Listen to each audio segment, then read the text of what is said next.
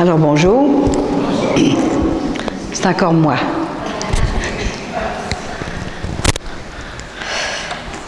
Alors si vous voulez, on va faire une prière pour inviter Grand-Maman Sainte-Anne à venir vous guérir.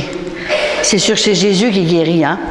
Grand-Maman, elle est là, mais je pense que Jésus a de la difficulté à refuser à sa grand-mère. Alors il faut vraiment que Grand-Maman demande à Jésus votre guérison, votre conversion et toutes les choses que vous devez suivre maintenant. Alors on va faire une prière. Fermez vos yeux. Maman Sainte-Anne, au nom de Jésus, je te demande de venir nous visiter toute la journée ici. Parce que tu as demandé, depuis 20 ans, tu as dit que tu ferais des merveilles la 20e année de la mission.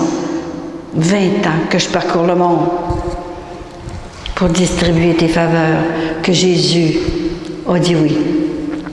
Maman Sainte-Anne, tes petites filles, tes petits garçons sont ici, beaucoup sont malades, beaucoup ont des problèmes de toutes sortes. Tu sais bien plus que moi, grand-maman.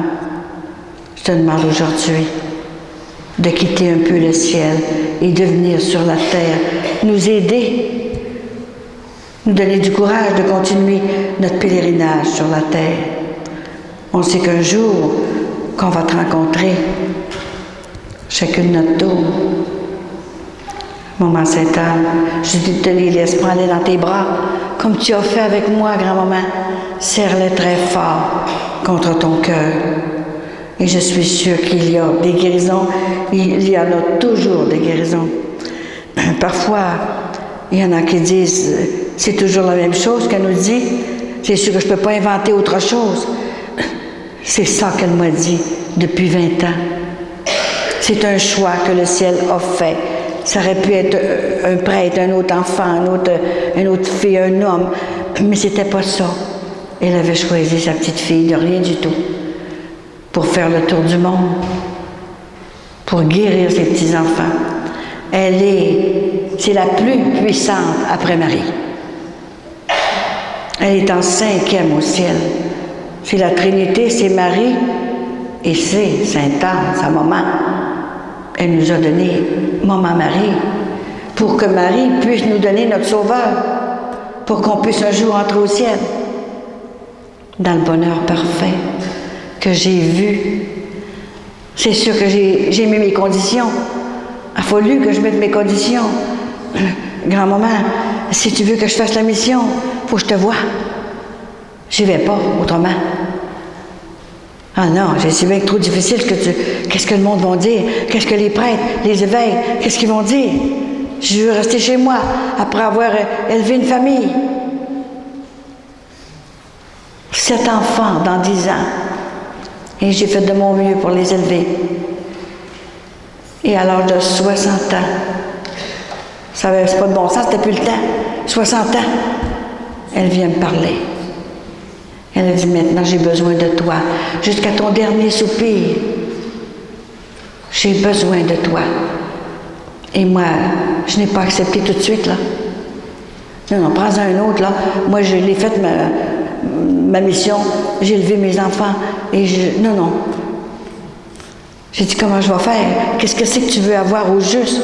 Alors, elle m'a tout expliqué. Ça a duré 1 heure. Ça a pris 1 heure. Comme ça. Elle m'a tout expliqué, mais je n'ai pas voulu. Non, j'ai dit, je ne peux pas faire ça. Prends-en un autre. J'offrirai de moi. Et je vous assure que je suis partie pour me sauver. Et elle m'a engourdi en prenant la porte de ma chambre. La poignée de la porte pour m'en aller. J'ai dit, je dois inventer ça, là. C'est pas normal. Et elle me parlait, je l'entendais très bien par mes oreilles. Mais je ne l'avais pas vue encore. Vous savez, c'est une histoire d'amour que je vis avec le ciel, mais je voulais garder ça pour moi toute seule. C'est moi qui ai vu ça, je vais garder ça pour moi. Elle a dit, ma petite fille, t'as rien, toi. T'es absolument rien. Tu dois aller chercher tes frères et tes sœurs pour qu'ils connaissent aussi le bonheur éternel, comme toi que tu vas le connaître. Elle m'offrait le ciel. C'était tout un cadeau. Hein? Et j'ai osé dire non. Je ne le fais pas. C'est pas ma job. Elle est faite, ma job. Alors, elle a été patiente. Et elle est revenue une deuxième fois pour me le demander. Mais je peux pas. Oh non, j'ai trop d'enfants à la maison. J'ai des jeunesses qu'il faut surveiller. 16, 17, 18 ans. J'ai dit, je peux pas m'en aller, moi, là. Puis les enfants vont rester à la maison. Les filles, puis les gars, mais j'ai dit, je vais les perdre. Ça fait que j'ai dit, je peux pas. Elle a dit, c'est très bien, je respecte ton choix. Elle est partie. Et l'année suivante, elle m'en a fait marier 3 d'un coup. Elle a débarrassé la maison. Elle a vidé la maison. Il m'en a resté un. Marié. Alors, il m'en a resté un, puis celui-là, il ne se mariera pas. Je te le garde pour vous autres, pour qu'il prenne soin de vous autres, toi et Vincent, quand vous serez vieux. On commence à être vieux, là.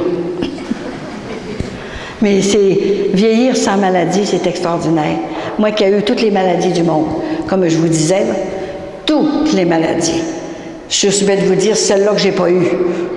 Ça va être moins long, on va pouvoir vous dire d'autres choses. Toutes les maladies du monde. Pensez. Alors, une maladie que j'ai pas eu d'oignons, de corps aux pieds. Tu sais, des oignons aux pieds, là, hein? Alors, j'ai des beaux pieds. Parce qu'elle savait, elle, qu'il fallait que je fasse le tour du monde. Ça prend des bons pieds pour marcher comme je marche partout dans le monde. Mais, tu sais, c'était tellement difficile de croire ça, là. On pense que ces choses-là, ça arrive à d'autres, mais pas à nous autres. Je suis une petite fille de Chicoutimi, de Ville-de-la-Baie. Et elle est venue me demander ça. Réveillez-vous, vous avez 3 cancers. J'ai eu 3 cancers à différents âges de ma vie. Même j'étais religieuse pendant 5 ans. C'est bien vrai. Regardez. J'étais une sœur de Saint-Antoine.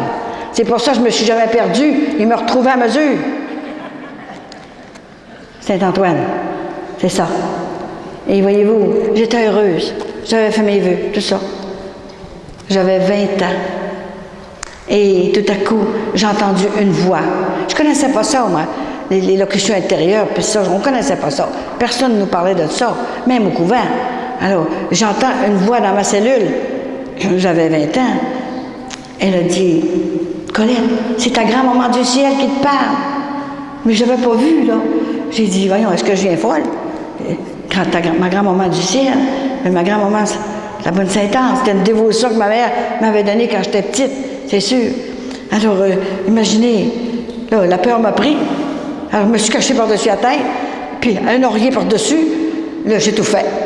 Je voulais rien savoir, moi, là. Et puis, tout à coup, la lumière s'allume dans ma cellule.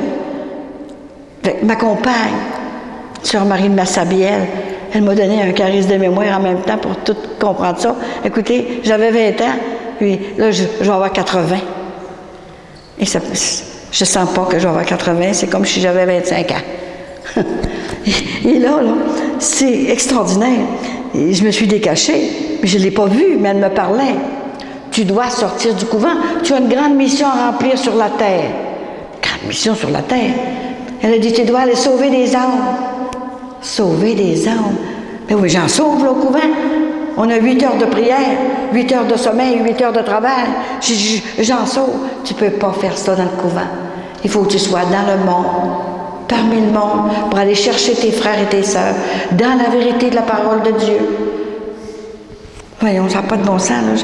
Je dois être fatiguée, là, puis parce que je ne la voyais pas, j'entendais juste parler. Et là, tout à coup, là, j'entendais plus parler. J'avais fermé la lumière, tout ça. Et c'est ma compagne, elle dit, à qui est-ce que vous parlez? Puis j'ai dit, je ne sais pas, je ne voulais pas y faire peur. Puis non, j'ai dit, excuse-moi, là, j'ai dû parler tout seul. Je ne voulais pas l'avertir. Maintenant, elle le sait, inquiétez-vous pas qu'elle le sait. Alors, là, j'ai essayé de m'endormir, puis je n'étais pas capable de dormir. Alors, 1 heure après, le même phénomène se produit, ma lumière s'allume toute seule. C'était un vieux couvent Chicoutimi, à côté du grand séminaire Chicoutimi, et la lumière s'est allumée comme ça, avec une chaîne, là. Alors, mais comment ça se fait que la lumière s'est allumée encore? Alors, je me suis levée, j'ai arraché la chaîne. Elle ne s'allumera plus, m'a arraché la chaîne. Et là, la voix recommence encore. N'aie pas peur. Je suis avec toi. Maintenant, lève-toi et viens voir dans la fenêtre. Viens voir comme les arbres se perdent on voyait la rue Racine et tout ça, là. Je me dis, mais regarde comme les arbres se perdent. Il faut que tu ailles les chercher. Comment je dois faire pour aller les chercher? Il faut que tu sortes du couvent. C'est moi qui vais te les préparer. Tu vas sauver des âmes. Alors, j'ai dit, ça n'a pas de bon sens. Lève-toi. Et là, je me suis levée, j'ai aucune peur. Et puis, j'ai fait le tour. J'étais dans la fenêtre. Je me sentais suivre. Alors, tout à coup, je suis arrivée dans ma chambre, ma cellule. Et puis, là, j'entendais plus rien. Alors, j'ai essayé de m'endormir, pas moyen de dormir. J'ai dit, je suis folle. J'entends des voix. Puis là, j'ai dit, non, ça n'a pas de bon sens, cette affaire-là. Et là, pour moi, j'ai trop travaillé. Les sœurs m'ont trop fait travailler. Et puis, non, je ne fais pas de bon sens, là. Parce que dans la journée, j'avais fait cuire 1000 œufs. Faites ça, là. On était 3 religieuses, 3 sœurs. J'étais sur un petit banc. Et ma compagne les cassait. Moi, j'ai tourné de bord. Et puis l'autre, elle les mettait 25 dans un grand plat pour 300 élèves. Les élèves du séminaire. Alors, on mettait ça comme ça. On allait porter ça. 1000 œufs. C'est quelque chose, hein? Alors, j'étais tellement fatiguée que le soir, quand j'arrivais dans ma cellule, je voyais tout des jaunes. J'ai dit, ils m'ont trop fait travailler. Puis j'ai dit, c'est pas normal, là, je vais venir folle, moi, là. Fait qu'à minuit, je dormais pas encore. Alors je me suis levée, puis j'ai été réveiller ma mère maîtresse, ma petite mère maîtresse. Mère Marie de Saint-Jacques. Jamais je n'oublierai ça. Et là, j'ai dit, je sais pas, je pense que je viens folle. Qu'est-ce que vous dites, ma soeur? Il était minuit, je la réveille. Fait que j'ai dit, je peux plus rester dans ma cellule. Alors elle dit, qu'est-ce que vous avez? Bien, j'ai raconté ça, là. Elle a dit, ne vous inquiétez pas, ça doit être le malin. Ben, j'ai eu encore bien plus peur. Il veut vous faire sortir du couvent. C'est ça. Oh ben, je m'en vais plus dans ma cellule, je vais coucher sur le divan, dans votre bureau. J'ai resté sur le divan, je ne l'ai plus, j'avais bien trop peur, là. Et là, j'ai resté sur le divan. Le lendemain, il fallait que j'aille m'habiller, mettre mon costume religieux, hein, qui est un beau costume, hein, tout en blanc, avec un scapulaire brun en avant. Et je m'appelais Sœur Saint-Michel-Archange. Alors, je plains le démon qui va m'attaquer. Saint-Michel-Archange. Alors, je suis protégée d'une façon spéciale. Je ne vous dis pas qu'il n'essaie pas. Il n'essaie pas. Il y a 5 ans, le démon est venu me casser les poignets chez nous. Il m'a fait tomber au tambour d'un petit banc. Et je me suis cassé les 2 poignets quand les os sont encore sortis ici. Parce qu'il voulait me détruire. Il dit, j'ai fait te détruire, tu m'enlèves trop d'or. Avec ce que tu fais, là, je suis pour en avoir, là, tu me les enlèves. Avec la vérité que tu dis. C'était pas facile, ça. Mais j'ai pas eu peur. Et c'est arrivé le lendemain, le 18 juillet, le lendemain du commencement de la neuvaine, il y a 5 ans. Tu ne peux pas oublier ça. Je vais le raconter tantôt. Alors, après qu'elle m'a eu dit ça, j'ai tout raconté ça à ma mère supérieure, bien, elle a dit, si ça continue, demain, on ira voir l'évêque, parce que ça vous prend la dispense de vos vœux. On n'allait pas au parc, on allait à l'évêque. Alors, imagine-toi que, j'ai pas beaucoup dormi, hein, et je suis arrivée le lendemain, je me suis levée comme d'habitude, et puis, c'était ça. Ça me disait, faut que tu sortes tout le temps. Tu sortes du couvent. Tu as une grosse mission à remplir sur la terre, mais je ne le savais pas. Hein? Et ça s'est fait. Pas longtemps après, on est allé voir M. Melançon, Georges Melançon. Je me rappelle encore de son nom, une mémoire, ça. Et là, une affaire qui m'a bien surprise. J'arrive là avec ma mère supérieure, là, et puis l'évêque arrive, on le demande, et l'évêque arrive. Oh, c'était extraordinaire. Il dit, qu'est-ce que vous voulez, ma soeur? J'ai dit, j'ai des choses à vous raconter. Ma mère maîtresse est avec moi, comme ça. J'ai tout raconté, tout ça. Et j'ai dit, c'est une voix intérieure. Et puis, elle a parlé, j'entendais la voix comme il faut par mes oreilles. Il faut que je sorte du couvent, mais j'ai mes vœux. Alors, il dit, ma soeur, attendez-moi. Je vais aller discerner ça à la chapelle. Oh là, j'ai fait un saut. Là, j'ai resté surpris, hein? Je suis encore plus surpris ces années-ci. Il est parti, puis il est en allé dans la chapelle. Attendez-moi, je vais aller prier. Il fallait discerner ça parce que c'est grave, là. Vous avez vos vœux, vous ne pouvez pas faire ce que vous voulez. Alors, il allait prier. Au bout d'un quart d'heure, il est revenu. Et il dit, écoutez, ma sœur, vous avez eu une vocation de 5 ans et Dieu vous appelle ailleurs. Et ce que la bonne Sainte-Anne vous a dit, obéissez à cette voix. Et je vais vous donner la dispense de vos vœux et je vous enverrai vos papiers. Parce qu'on a des papiers. Des papiers à signer. Puis là, il m'a fait signer tellement de papiers, là, tout ça. Mais il dit, je vous promets que vous serez toujours religieuse dans votre cœur. Puis c'est arrivé, c'est vrai. Je suis restée religieuse dans mon cœur. Normalement, je fais ma vie normale, et puis j'aime le plaisir, j'aime tout ce que c'est qui se fait sur la terre, j'aime tout ça, mais je suis restée avec vraiment l'amour profond de Jésus. Je ne peux pas l'oublier. Alors il m'a enduré pendant 5 ans. Il était bon pour m'endurer. Il m'a fait sortir, puis là il m'endure, mais je vous assure qu'il y a du travail à faire. Avec nous autres, avec toutes nous autres. Alors c'était extraordinaire tout ce qui s'est passé. Et je suis sortie, mon père est venu me chercher chez moi, au couvent. Il était tellement content, il était comme fou. Mais il était remarié. Alors ça n'a pas été la même chose. Je suis arrivée chez nous, et là, l'autre madame, moi j'étais contente qu'elle était remariée, parce que il y avait quelqu'un pour prendre soin de lui. Moi, je n'étais pas là. Puis, la femme qui avait pris pour élever la fille, elle était mariée. Et puis, j'avais un petit frère qui était rentré chez les pères jésuites à Montréal. Alors, j'étais contente qu'elle en prenne soin. Elle, c'était son premier mari. C'était une petite fille.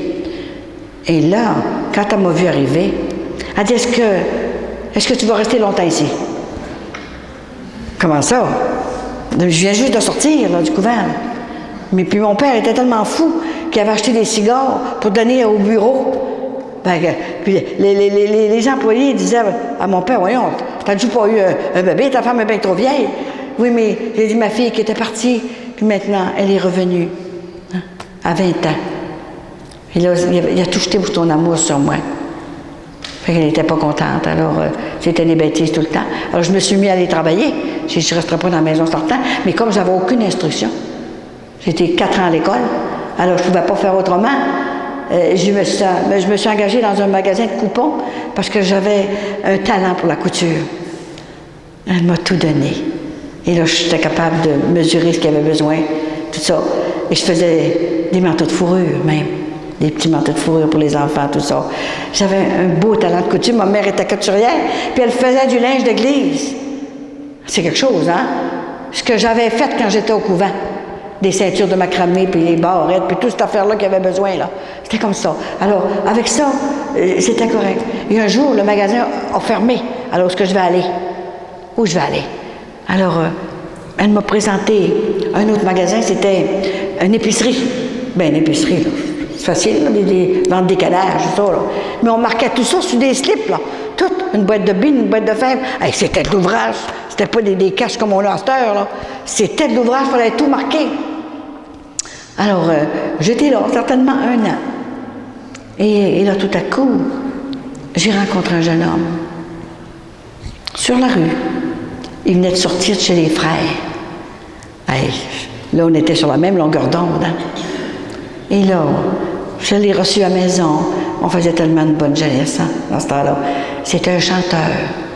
C'est un chanteur d'opéra. Puis moi, je suis musicienne. Je joue du piano. C'est moi qui l'accompagnais. Puis il était sur la même longueur d'onde. Alors imaginez, on a sorti 2 ans ensemble.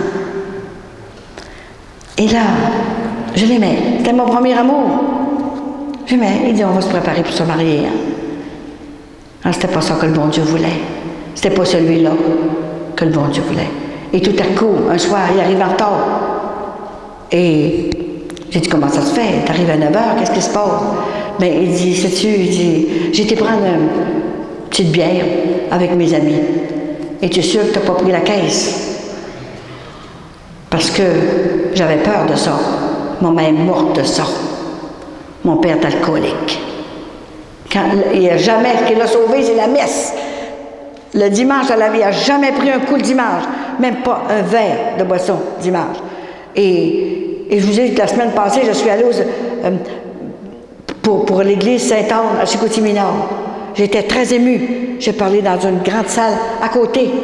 Parce que c'est là, c'est dans cette église-là, là, que j'étais avec mon père et que ma mère est décédée pendant la messe.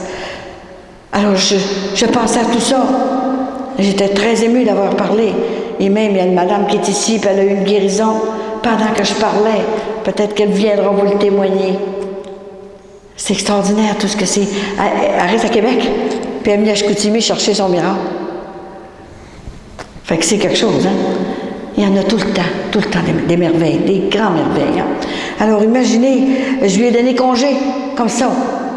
Et je l'aimais, je me suis pilée sur le cœur. Puis j'ai dit non, j'ai dit, j'ai trop souffert.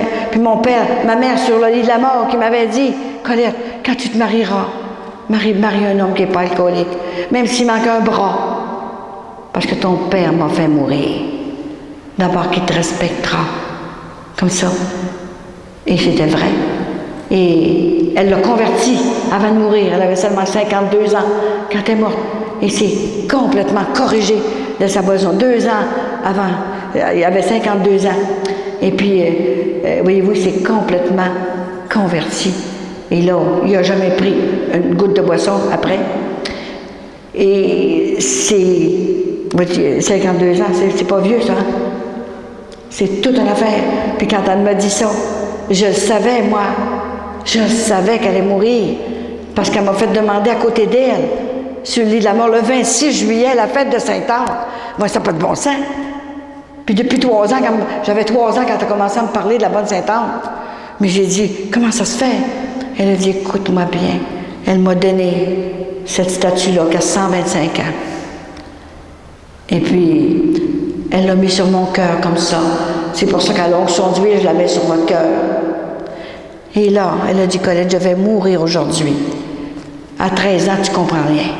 J'ai pas cru ça du tout, là.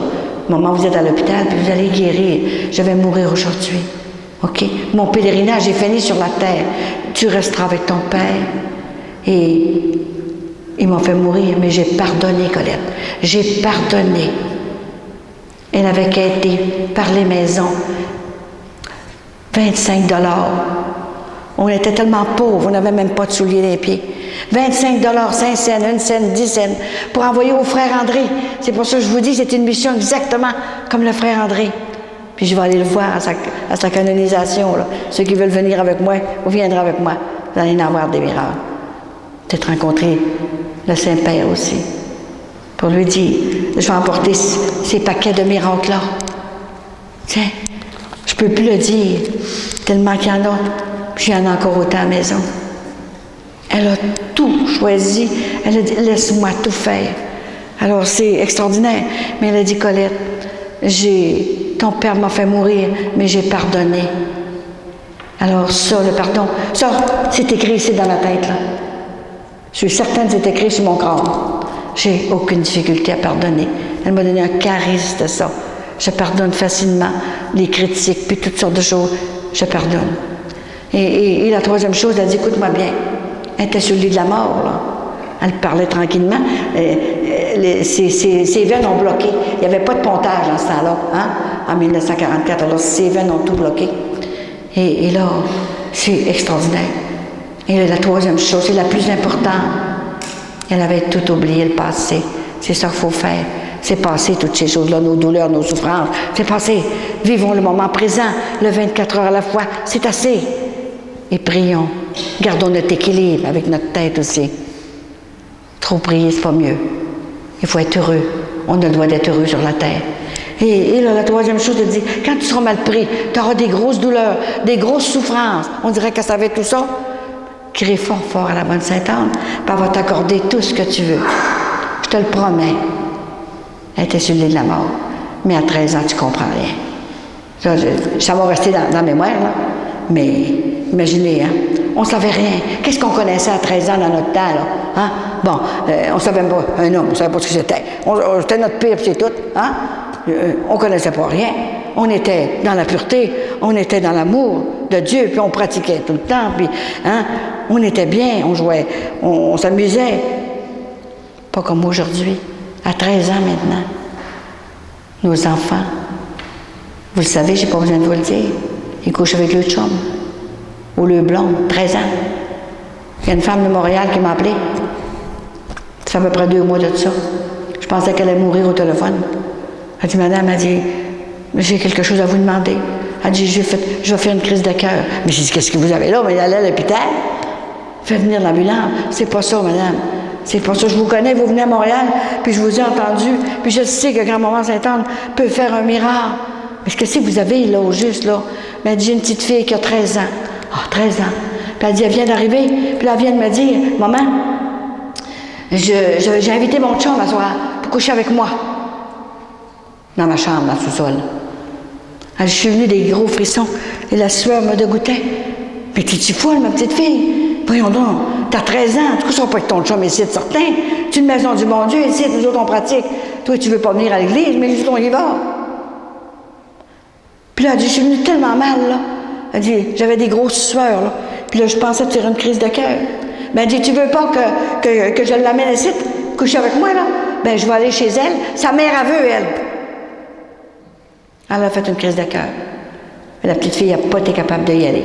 Et elle est obligée de la laver. Elle a dit, ton père va arriver ce soir. Là. Il va te parler. Moi, je ne suis plus capable de venir à bout de toi. Parce qu'on ne fait pas d'enfant toute seule. Le pire, il faut qu'il parle de temps en temps. Je n'ai pas dit les bains, de leur parler. Elle m'a dit dernièrement, les parents et les grands-parents ont perdu leur autorité. Ils ne savent plus. Ils ne peuvent plus venir à bout de leurs enfants. Ils font ce qu'ils veulent, les enfants.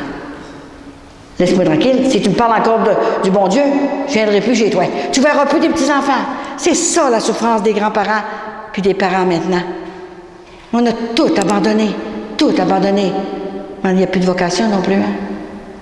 Il y a toutes sortes de choses, surtout le Québec. C'est grave dans le Québec, là. Moi, je vais partout ailleurs, là, puis je vois la différence. Là. On est trop gâtés. On a tout ce qu'on veut. Tout. Les jeunes, lesquels qui vont nous remplacer, la prochaine génération. Quelle est la prochaine génération? C'est sérieux, là. Alors, il s'en vient des choses graves, là. Moi, je ne suis pas venue ici pour vous faire peur. Je ne suis pas venue ici pour vous dire quoi faire. Je suis venue ici pour vous dire que le ciel est ouvert et qu'il faut se réveiller avant qu'il soit trop tard, avant que Dieu vienne nous chercher. Vous savez, c'est grave. C'est que ce n'est pas des tremblements de terre. Je le savais, moi, je vois tout avant ce qui s'en vient. Si vous saviez tout ce qui s'en vient, vous tomberiez sans connaissance. Je ne m'entends pas vous le dire. Je ne peux pas tout dire non plus. Parce que les gens vont dire, elle nous fait peur. Puis je ne suis pas ici pour vous faire peur. Je suis ici pour vous dire la vérité. Vous dire que Jésus vous aime, nous aime tellement, il est fou. C'est un genre de fou d'amour, là, tu sais, là. La folie de la croix. Il est toujours prêt à pardonner. Parlez-moi d'une affaire. Nous autres, on n'est pas capable de pardonner si on se fait un petit peu de bêtises, puis on se fait toutes sortes d'affaires. Hey, toi, je te pardonne pas, toi, ça va faire, là. Là, je vois tranquille. Puis lui, il est là, pardonner tout de suite. Puis ça recommence à neuf. Mais c'est sa folie de la croix. Puis il a dit, je viendrai vous chercher comme un voleur. Alors, si on n'est pas correct là, quand on va mourir, est-ce qu'on va aller? Il n'y a pas 10 chemins. Il y en a rien que 2. L'enfer et le purgatoire. Et le ciel. Ce que j'ai vu, le purgatoire, on sait qu'on va rentrer un jour. On est sauvés du moins. Les gens ont oublié ça. C'est pas parce que le monde est tout méchant, c'est l'oubli. On a oublié. Nos enfants ne veulent plus savoir rien. Ils ne savent plus rien. Alors, si vous voulez les avoir au ciel un jour avec nous autres, il faut aller les chercher un par un. Il ne faut pas qu'ils attendent que le prêtre parle. Puis qu'ils leur disent, c'est nous autres, les parents et les grands-parents, d'aller les chercher. Écoutez, je vous aime beaucoup. Dieu nous a prêté des enfants. Il ne nous les a pas donnés. Il nous les a seulement prêtés pour qu'on lui remette plus tard. On est libre, comme ça. Mais si on ne parle pas, qu'on laisse tout faire et qu'on les reçoit chez nous dans le péché, on n'a pas le droit de faire ça. Ils ne savent plus rien. À l'école, il n'y a plus de crucifix. Il n'y a plus rien. Comment ça se fait que je vais dans l'Ontario, puis il y a encore des crucifix dans l'école? On n'est-tu plus innocent que les autres? C'est pas la même affaire. Je vais dans des places que c'est des religieuses qui font l'école. Je vous assure que les enfants se mettent à genoux. Il n'y a plus de prière. Il n'y a plus rien. On est rendu loin. Il faut absolument se réveiller. Puis retomber en amour avec Jésus. Avec Dieu, c'est notre papa. C'est ça. Mais il y a trop d'affaires qui nous dérangent, là. On ne sait plus sur quel côté marcher, là. C'est pas nécessaire d'être à genoux 24 heures puis embrasser le plancher. C'est pas ça que je dis, puis ils vont en coin, puis tout ça. C'est pas ça. Mais faire la volonté de Dieu. C'est ça. Il nous veut à lui, toute seule. Soit dans le mariage, soit dans la vie religieuse, soit dans la vie de célibataire, comme un prêtre, puis tout ça. J'ai pas besoin de vous dire que le péché de l'Église, hein? Moi je le savais, mais je ne pouvais pas le dire. Pas drôle, là. Notre Saint-Père qui passe son temps à parler, toutes sortes de choses. Alors il s'en vient quelque chose de très grave. Et je dois vous dire qu'elle m'a dit, ça fait pas tellement longtemps, le 10 de mai. Bon. Et remarquez ça, le 10 de mai cette année, quand maman commence à me parler. Elle a dit, Colette, j'ai quelque chose de très important à te dire. Ah oui? Qu'est-ce qu'il y a là? Qu'est-ce qui se passe là? Elle a dit, Satan ne dort jamais. La même chose que 25 de mai à Medjugorje, qu'elle a dit le 25 de mai. Elle l'a dit, vous le lirez. Satan ne dort jamais.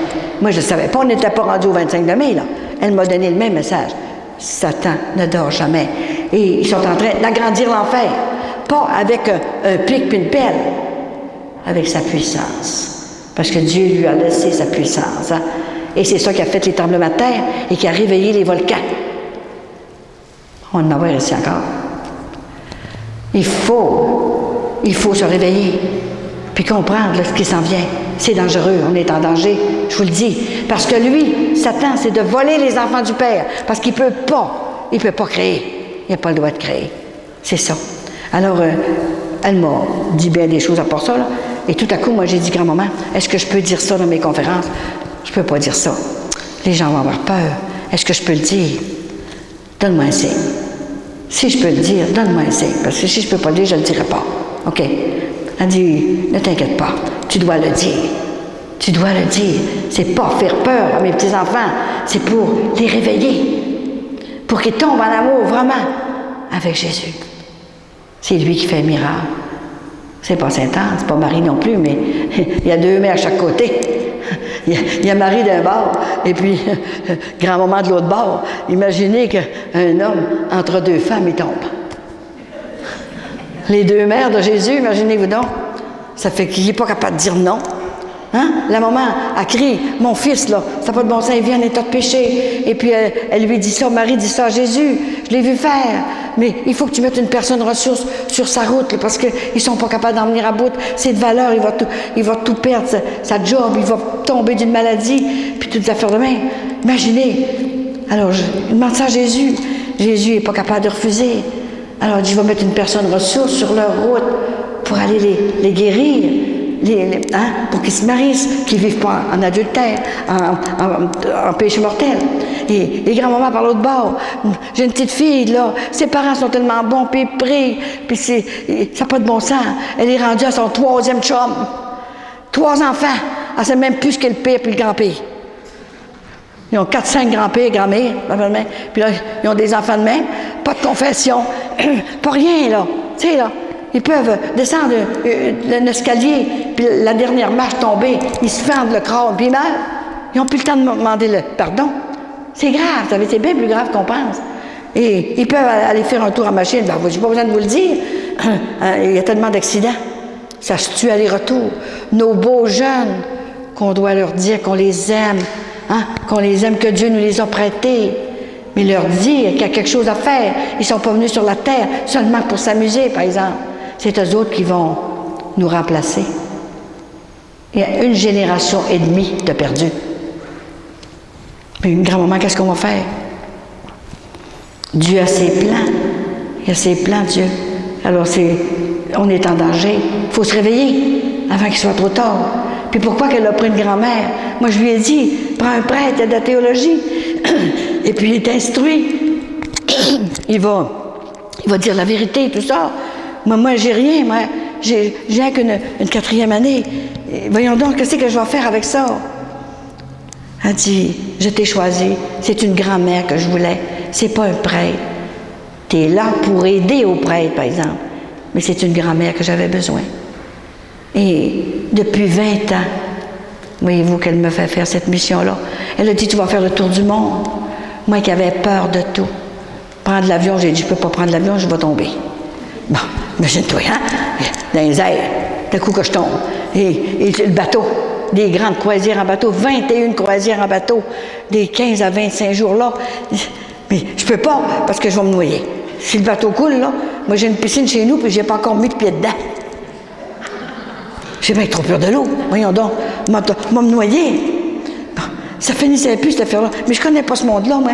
Ils doivent avoir le prêtre, le besoin. Moi, oh non, je vais être juste pour faire Québec. Elle dit, j'ai besoin de toi.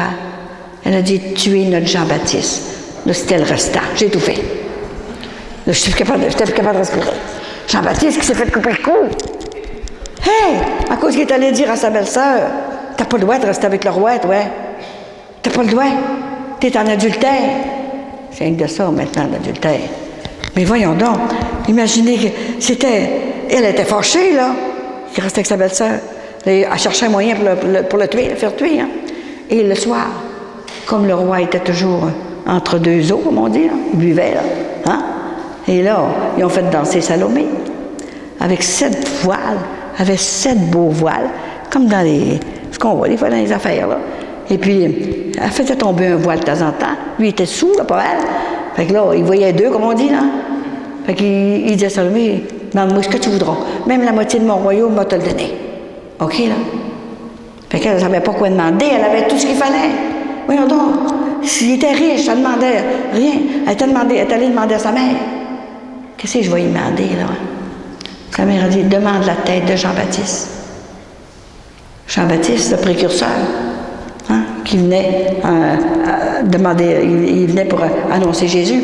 Et que c'est quelque chose de son cousin. Puis imaginez que la tête de Jean-Baptiste arrive là. Puis qu'elle vient me dire, Colette, tu es notre Jean-Baptiste. Ben, moi, j'ai tout fait. Qu'est-ce que je vais me faire couper? Moi, il faut que je dise tout ça. Ça n'a pas de bon sens. Partout, puis je parle juste le français. Rien que juste, puis je ne peux pas faire le tour du monde.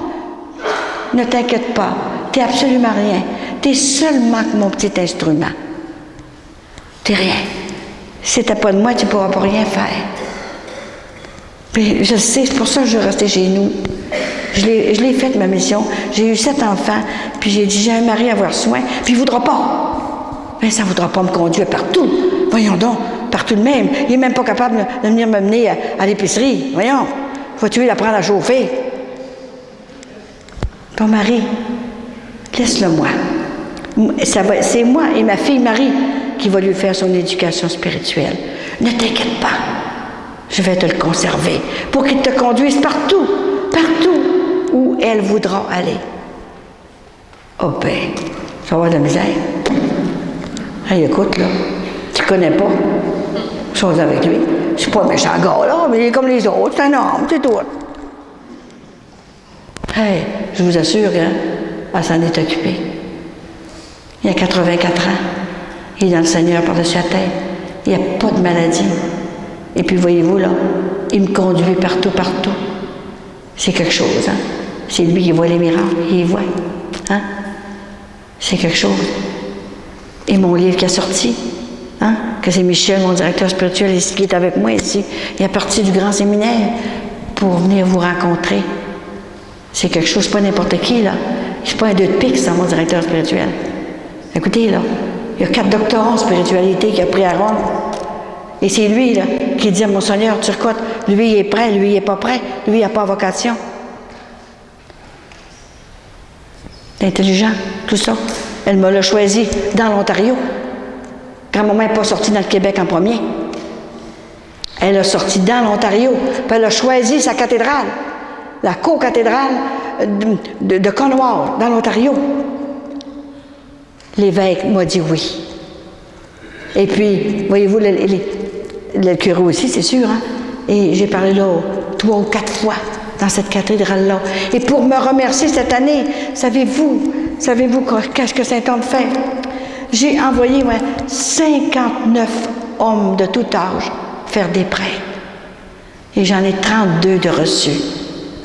Et là, le 24 juillet, le 24 juillet qui vient, là, j'ai été invitée pour aller à la cérémonie de diaconat de deux que j'ai envoyés faire des prêtres.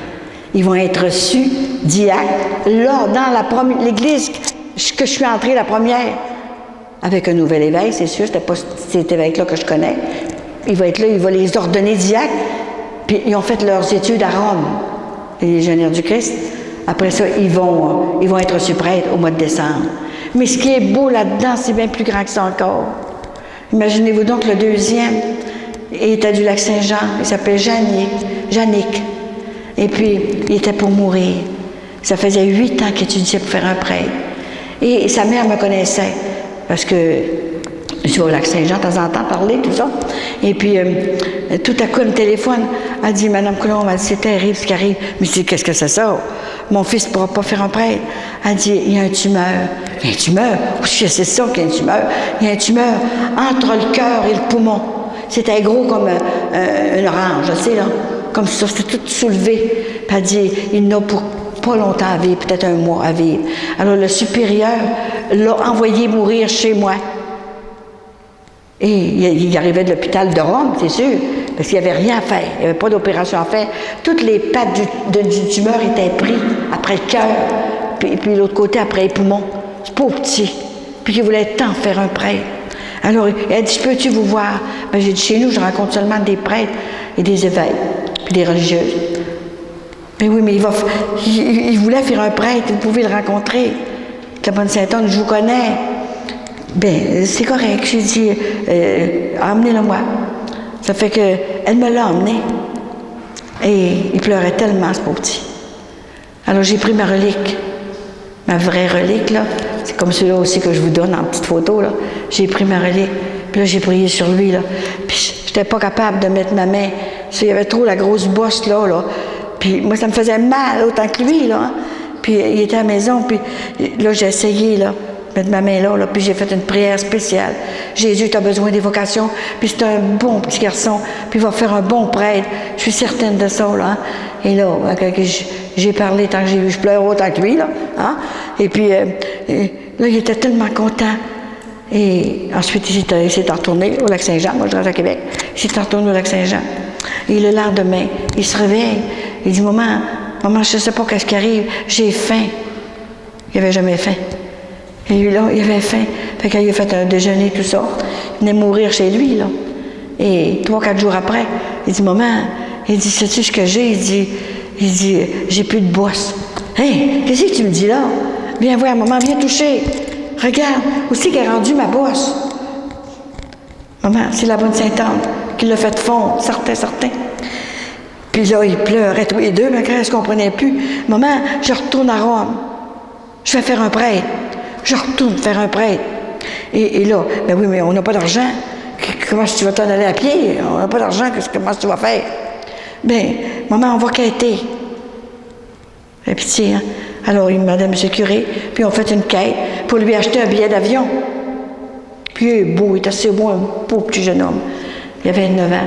Et puis, à un moment donné, il a eu son argent. Et puis ça, tu allais le mettre sur l'avion, c'est sûr.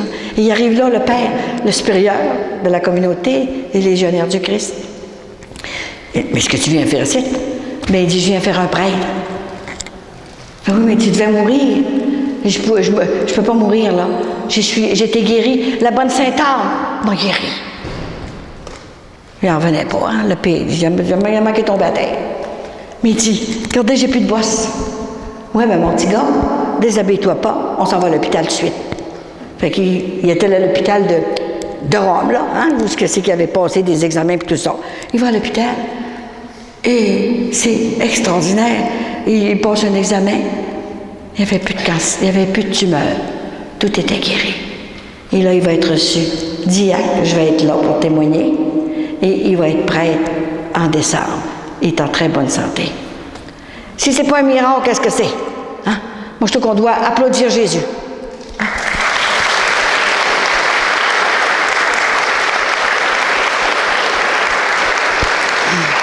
Et puis, ça se trouve un petit cousin de Pierre. De Pierre, ses parents sont peut-être pas ici. Sont là, quelqu'un Pierre. Bon, c'est vrai ce que j'ai dit là, là? Hein? Dis-le au monde. Lève-toi puis dis-le au monde que c'est vrai, là. Bon.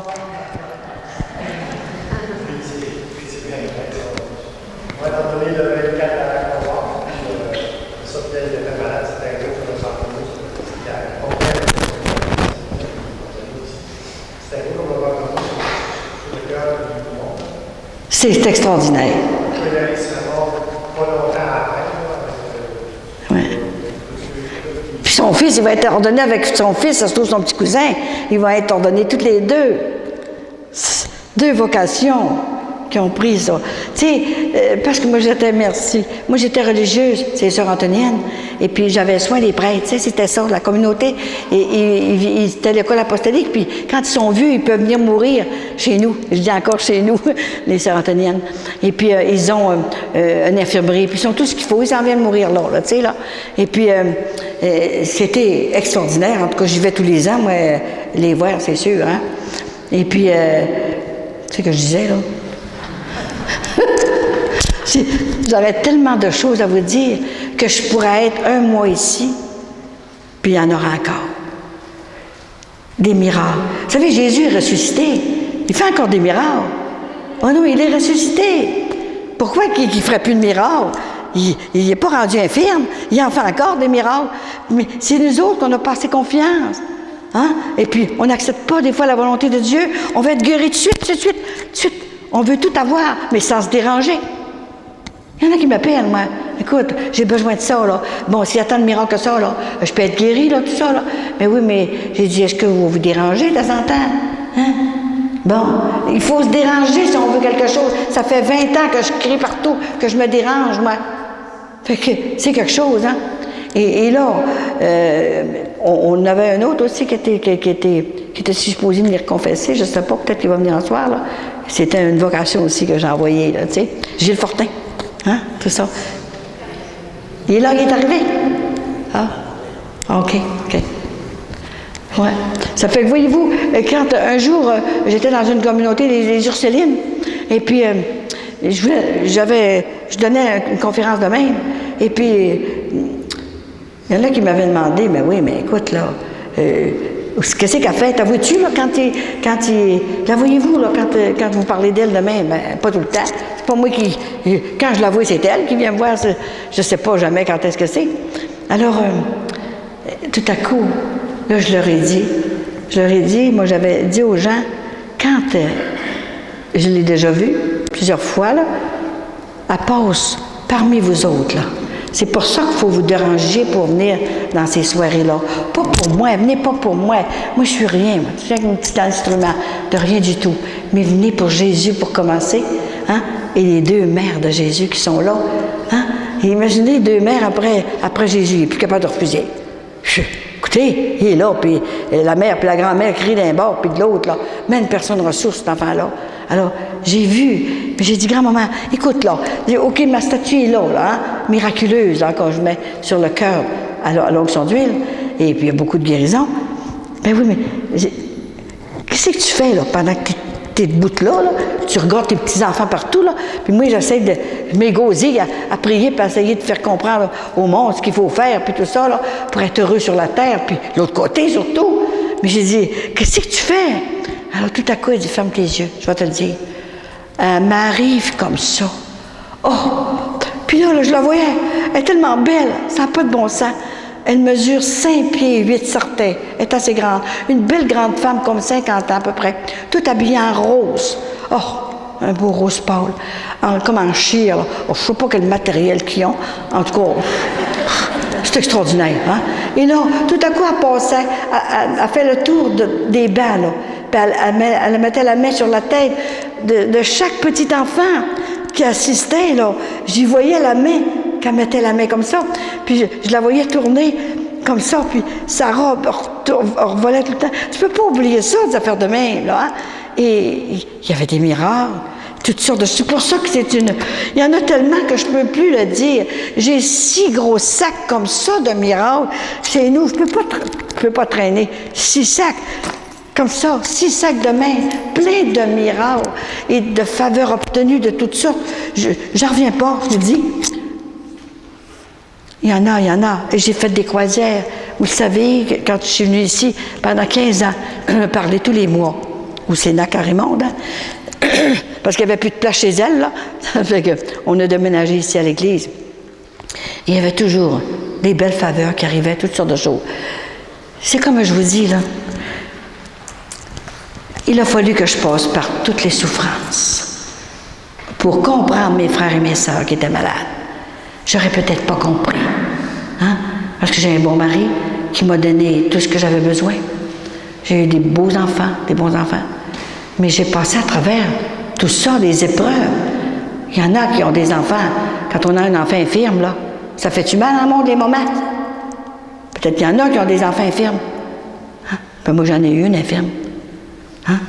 Et puis, c'est là que je me suis mis en prière. Là, je me suis mis à genoux. J'ai pas eu peur de briser mes genoux. Et là, j'ai prié tellement fort. Le docteur, il dit, je peux pas l'opérer. Elle s'appelle André. Elle est comptable au gouvernement. Et il lui avait fait une espèce de petit trou gros avec une aiguille, là, pour les intestins. Elle n'avait pas d'anus. Voyons, ça ne marchait pas.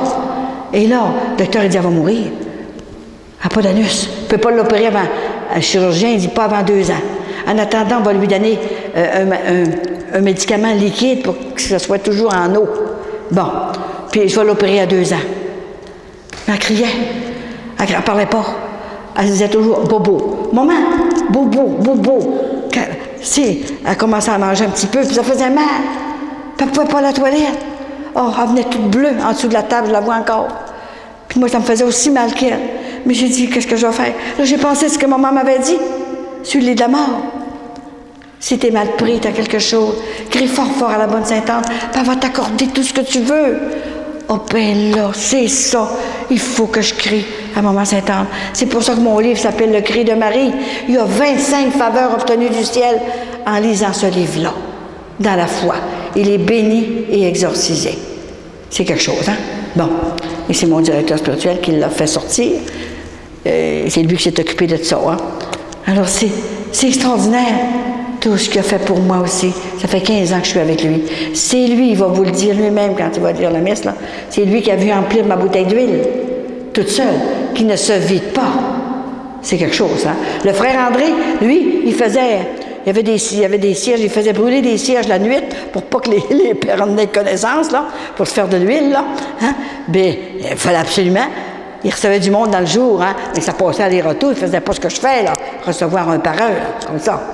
C'est pas tout à fait la même chose. Puis là, voyez-vous, hein, il passait... Moi, j'ai pas besoin de faire ça. J'ai d'autres choses à faire. Elle a empli la bouteille tout le temps. Et Michel était là. On était dans l'Ontario. Voyez-vous, là, puis la bouteille s'est emplie toute seule. Il était là. Il a tombé, il s'est reculé, puis il a tombé dans la marge de l'hôtel. J'ai jamais vu ça de ma vie, moi. J'ai dit, il fallait que tu... Je sais que ta mission est vraie. J'avais pas besoin de ça. Peut-être qu'un jour, tu en auras besoin. Pour discerner, puis pour aussi témoigner de ça. Puis c'est vrai. C'est vrai, il témoigne de ça. Hein? Il y en a encore des choses. Mais c'est comme je vous dis, il faut faire attention dans la vie. Il y a aussi des faux prophètes, alors il faut faire attention. Moi, je le sais, quand c'est des faux prophètes, mais j'ai pas le droit de le dire. Ben, j'ai déjà une mission. J'ai le droit de le dire seulement qu'au prêtre, parce qu'il y en a beaucoup qui me demandent. Bon, elle, c'est-tu vrai, lui, c'est-tu vrai, tout ça. Moi, j'ai pas le droit de le dire. Je le dis à un prêtre, s'il me le demande. S'il me le demande pas, je le dis pas. Alors, si vous voulez savoir que ça vient du ciel, ça prend des miracles. Des fruits en abondance. Pas seulement qu'un fruit, ça prend des miracles. Hein. C'est pour ça qu'elle m'a guéri. J'ai eu un cancer des intestins. J'avais 17 ans. Et c'était fini. Et là, j'ai crié à la bonne Sainte-Anne.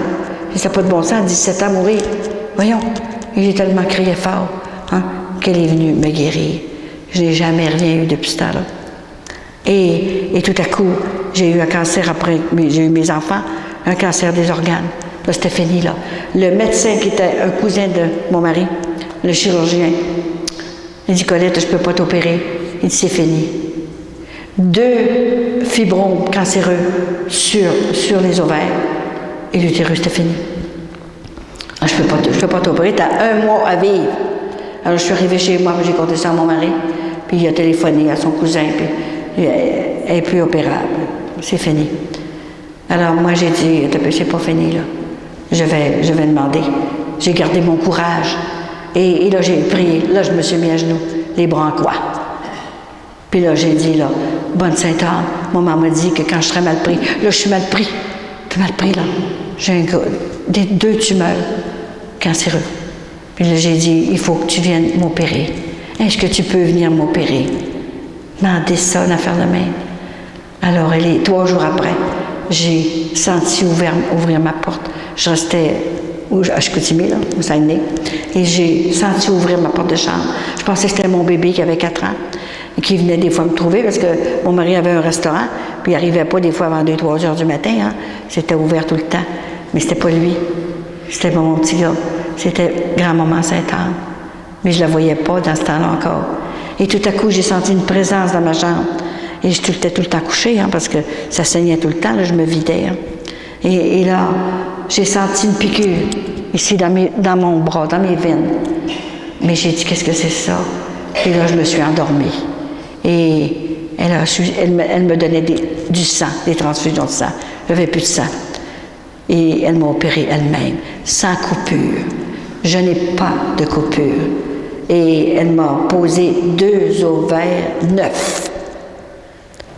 Je n'ai pas eu besoin d'opération. Alors, après ma prière, comme ça, j'ai dormi. Et là, Vincent, il était couché, lui, là, quand on s'est réveillé le matin, je l'ai touché, puis j'ai dit, Vincent, réveille-toi. La bonne Sainte-Anne est venue m'opérer cette nuit. Il dit, tu es folle. C'est pas de sa faute, là. Hein? Je me semble de le voir encore. Il s'est levé, bien raide, debout. Je le vois encore avec son pyjama, là. Il était debout de même. Il dit, es-tu sûr de ça? Il dit, mais c'est grave, là. Je t'écris, c'est grave. Je suis très bien, regarde, j'ai plus de bosse. Examine-moi. Il m'a examiné. Puis là, il pleurait. Il a vu que j'avais plus rien. J'avais 2 ovaires neufs. Et là, tout à coup, je me suis levée. Il m'envoyait toujours une servante du restaurant pour m'aider, parce que je ne pouvais plus marcher. Alors, je me suis levée le matin, et c'est moi qui ai fait mon ménage, qui a tout fait ce que j'avais à faire. Et j'étais comme ça, mais à 42 ans. La seule différence. La force comme ça, là. Et elle n'a pas cessé de me donner une force pareille, là. Et j'ai attendu 3 jours, puis j'ai dit, Vincent, je m'en vais voir le docteur, ton cousin. Docteur Aubin Charbonneau. Jamais oublié son nom.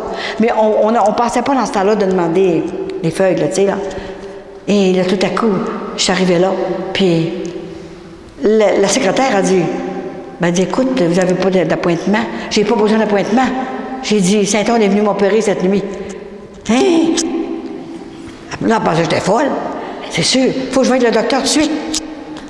Ah écoutez, madame, vous n'avez pas d'appointement, là. Dites-lui que je suis là. Ça fait que là, il est allé y dire, hein? Il est venu me chercher lui-même à la porte. Venez-vous-en. J'ai dit, docteur, je ne mourrai pas. C'est pas le temps que je meure, j'ai encore des choses à faire sur la terre. Vous comprenez, mon bébé a 4 ans. Il est pharmacien à l'heure actuelle, voyez-vous, professeur. Hein? Tout ça. Fait que j'ai dit, j'ai plus rien. Elle est venue m'opérer cette nuit. Ah attendez un petit peu, là. Prendre son souffle, là. Et puis là, il dit, couchez-vous sur la table, là. C'est la dernière fois que vous me touchez. Je ne toucherai plus jamais. Ça faisait 1 an qu'il me soignait, qu'il essayait de toutes sortes d'affaires. J'avais un dossier, ça, de paix. Alors, il me rentre un spéculum, je ne sais pas trop si c'est ça qu'on appelle, là, pour aller voir en dedans ce que c'était. Puis j'ai dit, qu'est-ce que vous en pensez? Il est venu blême comme un drap. Est-ce que vous avez, êtes-vous malade?